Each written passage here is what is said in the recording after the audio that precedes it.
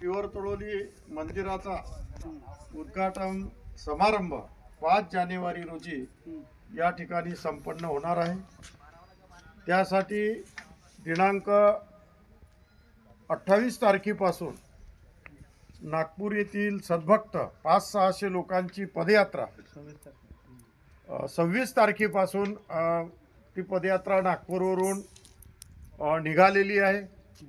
त्यांच्यासोबत पूजनीय श्री हंसराज दादाजी खामणीकर, महंत श्री चिचोंडीकर बाबा ही सगळी संत मंडळी या उद्घाटनाच्या निमित्तानं रिद्धपुरामध्ये ते 4 तारखेला पदयात्रा दाखल होणार आहे आणि मग 5 जानेवारी रोजी भव्य उद्घाटन